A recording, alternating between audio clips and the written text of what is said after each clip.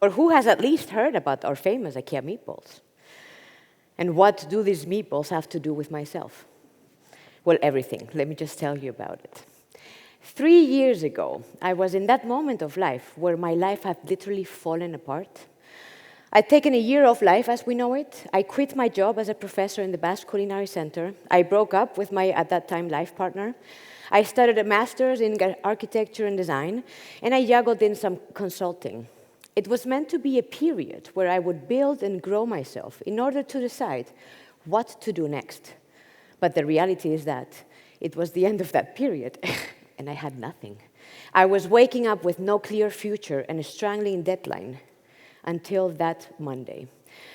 A rainy, gray Monday, June 2018, in Donosti, so not so far from here. I had 1 month left to make a move, and the sweet sound of email just came in. You've got email. I immediately opened the email and opened the attached file to read. Job offer, starting date, salary. Oh my God. The world literally stopped spinning, and I could only listen to my heartbeat. I'd just been offered the job of my dreams, in the company of my dreams, with the salary of my dreams, and with the perfect timing. The screams, the tears, the happy dance, they were all there while my mind was already organizing and planning everything that was coming up next, because I was moving up to Sweden. I called my parents to share the joy with them that in a month's time I would become Global Food Experience Manager for IKEA. Wow. Now, to give you a little bit of context for you to understand, IKEA is a franchise system. So there's the franchisor who actually protects and develops both the concept and the brand. And there's the franchisees that actually implement and operate that concept. I work for the franchisor, and I am responsible for defining the new food experience that we should have from a strategic point of view, but also of how we should actually update the existing ones so that we have an updated and relevant concept across the stores throughout the world. Now, if I say food experience, would you actually think about IKEA? Yeah, no, I thought so. But let me tell you, it is an experience embedded within our customer journey. But what is a food experience? I think we need to understand first what an experience is. And to put it simple, an experience occurs when a company intentionally uses its services as the stage of a theater and its products as accessories to individually engage and create a memorable event. A memorable event? How do you do that? It's only through the emotional connection. It's that intangible connection, emotional feeling that is unique and untransferable for each and every one of us.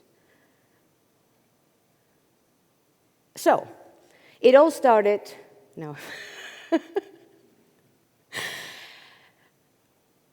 It all started with the meatballs. But before the meatballs, it was the restaurant. So, our founder, Ingvar, 75 years ago, he opened his first store. And he started seeing that customers were actually leaving after 2 or 3 hours. And he was really wondering, why are they leaving? So he started following them to understand the reasons behind it, only to realize that they were hungry and looking for somewhere to eat. He said, of course, you can't do business with an empty stomach. And that's how Ingvar actually decided to include food as part of our customer journey. Now, the meatballs came some years later, and we were able to make the meatballs what we call our best sofa sellers.